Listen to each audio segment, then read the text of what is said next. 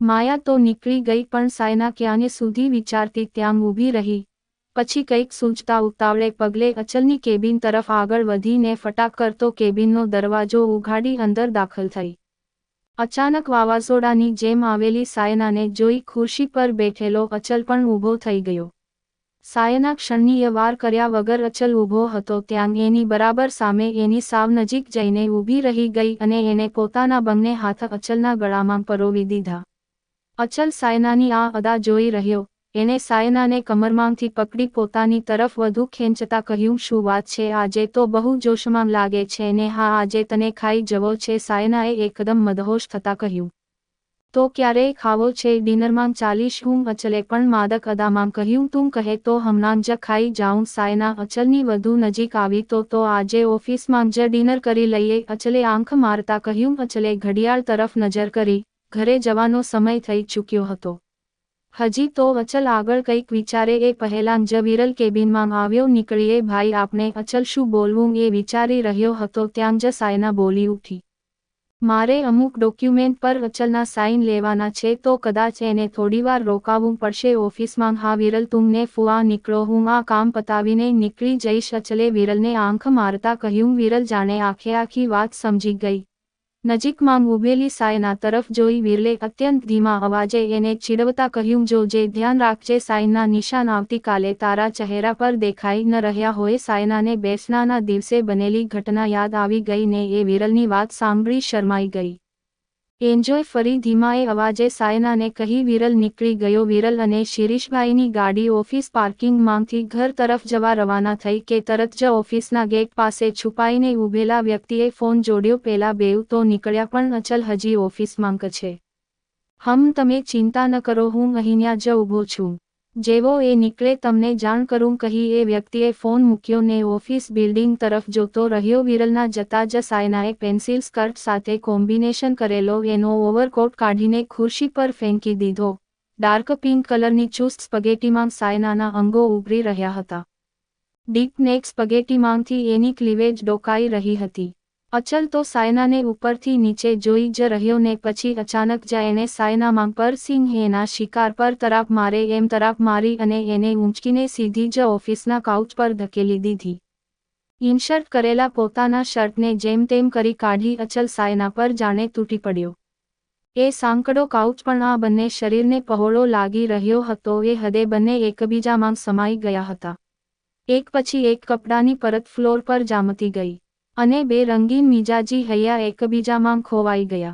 ક્યાંને સુધી એકમેકની વાસનાઓને પોષી આખરે બંને શાંત પડ્યા. સાયના એવી ને એવી જ કાઉચ પર સૂઈ રહી. અચલ કાઉચનો ટેકો લઈ નીચે જમીન પર જ બેસી ગયો. ખાસ્સી વાર સુધી બંને આ જ સ્થિતિમાં બેઠા રહ્યા ને એ પછી સાયનાએ અચલના કપાળ પર ચુંબન છોડી દીધું પણ અચલે જાણે કંઈ ખબર જ ન હોય એમ સીધા જ કપડાં પહેરવા માંડ્યા ને સાયના સામે જોતા કહ્યું, ચાલ હવે નીકળીએ, ઘણું મોડું થઈ ગયું છે. થોડીવાર પહેલા તો તને જરાય મોડું નહોતું થતું. સાયનાએ આંખો નચાવતા કહ્યું, તું બીજા રાઉન્ડ માટે તૈયાર હોય તો હું તો આ બેઠો. અચલે ફરી પહેરેલા કપડાં કાઢવા માંડ્યા. મસ્તી કરું છું. તું તો જબરો માણસ છે. સાયનાએ અચલનો શર્ટ એને પહેરાવતા કહ્યું. સાયનાનો એની નજીક દેખાતો ચહેરો જોઈ અચલે ફરી એના હોઠ પર એક ગાઢ ચુંબન છોડી દીધું. ચાલ હવે જઈએ, સાયનાએ જરા અળગા થતા કહ્યું ને અચલ પણ એની વાત માની ગયો. બંને એકસાથે જ ઓફિસમાંથી બહાર નીકળ્યા કે તરત જ પેલા ગેટ પાસે ઊભેલા વ્યક્તિએ પોતાની જાતને એક દિવાલને ટેકવીને અચલ જોઈ ન જાય એમ ઊભો રહી ગયો. નીકળ્યો અચલ, અહીંયાથી કોઈ છોકરી પણ છે સાથે? ના માયા નથી, બીજું કોઈ છે, કહી ફરી એને કોઈને ફોન પર ઇન્ફોર્મેશન આપી અચલ અને સાયના કાર લઈ નીકળી ગયા. મને ઘરે મૂકી જઈશ ને? સાયનાએ સવાલ કર્યો. હા મૂકી જઈશ જાનેમન, અચલે કાર ચલાવતા કહ્યું. બંને સાયનાના ઘર તરફ વળ્યા. થોડી જ વારમાં અચલે ગાડી સાયનાના ઘરના ગેટ પાસે ઊભી રાખી. સાયના ગાડીમાંથી નીચે ઉતરી ડ્રાઈવર સીટ તરફ ચાલતી થઈ. અચલે ગાડીનો વિન્ડો ગ્લાસ નીચો કર્યો. સાયનાનો ચહેરો અચલના ચહેરાની સાવ લગોલગ હતો. બાય બેબી, સાયનાએ અચલના ગાલ પર હાથ ફેરવતા કહ્યું. બાય બ્યુટીફુલ, સાયનાએ જતા જતા અચલના હોઠ ચૂમી લીધા. દૂર ઊભેલા મિસ્ટર મજુમદાર અચલ અને સાયનાની દરેક ગતિવિધિ જોઈ રહ્યા હતા, પણ એમની હાજરીથી તદ્દન અજાણ સાયના અને અચલ એકબીજામાં જ મશગુલ હતા. આખરે સાયના ગાડીથી જરા દૂર હટી અને અચલે વિન્ડો ગ્લાસ ઉપર ચડાવી ગાડી મારી મૂકી. ઘરમાં પ્રવેશતી વખતે સાયનાએ મિસ્ટર મજુમદારને જોયા, પણ આધુનિક જીવનશૈલી ધરાવતા મિસ્ટર મજુમદારના ઘરમાં ઉછેરેલી સાયનાને પિતાને ઊભેલા જોઈને ઝાઝો ફરક ન પડ્યો. એ સીધી જ ઘરમાં ચાલી ગઈ. હવે તો આ લગભગ રોજનું થઈ ગયું હતું. ક્યારેક અચલ સાયનાને મૂકવા આવતો તો ક્યારેક સાયના અચલને લેવા એના ઘરે પહોંચી જતી. ઓફિસમાં પણ આખો દિવસ બંને જણા સાથે ને સાથે જ રહેતા. મિસ્ટર મજુમદારે પણ અચલ અને સાયનાની વધતી નજદીકી નોંધી હતી. એકબીજાને અડપલામ કરતા, એકબીજાના હોઠને ચૂમતા તો ક્યારેક કામક્રીડામાં ખોવાઈ જતા અચલ અને સાયનાનું જીવન વીતી રહ્યું હતું.